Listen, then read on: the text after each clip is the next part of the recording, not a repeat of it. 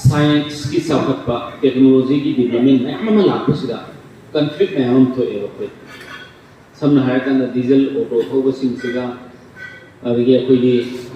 ई rickshaw थोबसीगा ma'am conflict ma'am थोड़े conflict अखोई यारे मखई अखोई संदायनब मागी मागी एरिया एरिया से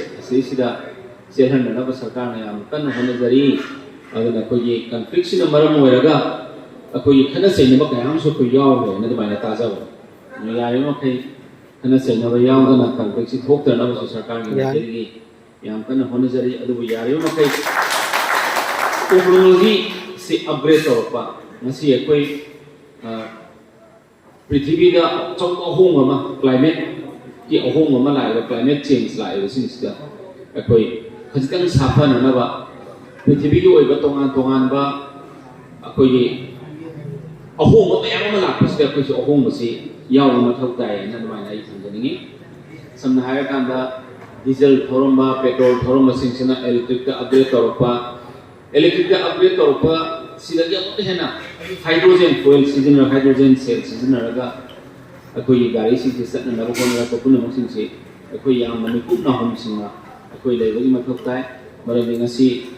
प्रकृति मासी साव मालेना खल है नोंगी अंगप नुसित की अंगप लेन की अमुक थोकीद्रिब मनपुर लेन की तागे पुनमसे अखोई क्लाइमेट चेंज मरी लेना पोट अमने अखोई पुनमसे मियोइब अखोइना पृथ्वी इमा से लेनाइदा लेब यानब होनबदा अखोई युम अमा साबगुमना पृथ्वी की इमाइसिसु अखोई मियोइब अखोइना खुंदा लेता हंबा यानब होनबदा अखोई पुनमक मतेंग पांगम थोई हैना मयाम सिंग खतंग थमजगे अमसुंग अइना लोसिंजरपदा 14 फाउंडेशन दे सिग मरी लेना अइना मयाम दा इसोर खुरमजरी मयाम गदमक्ता मदुगी सोक तो पंदबा गाड़ी है तमदे यारे मखई चेक्शन गाड़ी थोब पूरीबसे पुंसी मथक्ता मी कया पुंसी लाइफ पूरीबनी है थौरीबसिंगना अखोई थमोई थमोइद थम्बियु अशोक अपन नंदरनब इसोरदसु खुरमजरी है यामना नुंगाइजब अमना अखोई एसोसिएशन सिंगसिना अफब थबम याम फब थबम पाइखटपीबा मियाम मिमानद्रब मियोइसिंग अमदी छात्र छात्रीसिंगदगी भरा लौबीदनब एसोसिएशन की मेंबरसिंग हाइजरी अदुगा करिगुंबा हाइब मियोइसिंग असि हापतबगीदमक्ता कंप्लेन लागबदि गाड़ी अदु नुमित हुमनी एसोसिएशन माइकेदगी लेभलगनी सिजे याम फब पोट अमो ओयेबा हुजिक लैबा इरांगसिदको छात्रसिंगसे खजितंग मतेंग पांगबसिना अचौवा अखोइगी छात्रसिंगदुदी मतेंग अमो ओइदोइने सेंथों मीसो से लेरब अखोसे सेंथों की फिवम फचिलब लाइक तमदबदी यादब एसोसिएशन से पिप मगुन मतेंग पाबीबा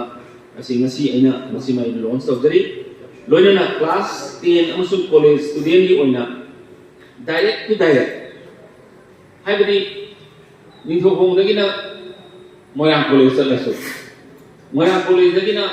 नत्र निथोंगदगिना बिशुनपुर चलसु दुमाइना चटपसिंगसिदा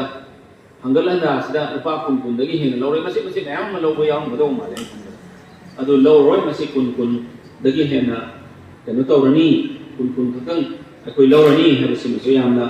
लाइफ कबनी सिरगे हदोपिगदौ माले रूट असिदा क्लास 6 तगिना क्लास 10 फावगी रैंक 1 रैंक 2 अमसुम रैंक 3rd रैंक फाव तारबा नासिंगसे highly meritorious student first second third ताफिबा नासिंगसिददी भरा अमत लौरोय हाइना दुमाइना हाइबी मसी यामने इसोरना थौजामिबा ओइगनी अफबा ओइगनी मसी माय पाको ओइबिउ हाइबा वाफम खरसि खुमजबगलना अइना इसोरदा खुमजरी मददी एसोसिएशन सिंगसे मतम कुइना उक्सेन लिंजेन तिनना अमत ओइबगी वाखंदा मणिपुर की इकोनॉमी फगलनब होनबदा अचौब दायित्व पुबंगंबा याबंगंबा अदुगुंबा एसोसिएशन सिंग ओहनबिरसनो हैदना हाना इसोरदा खुरमजरी थैंक यू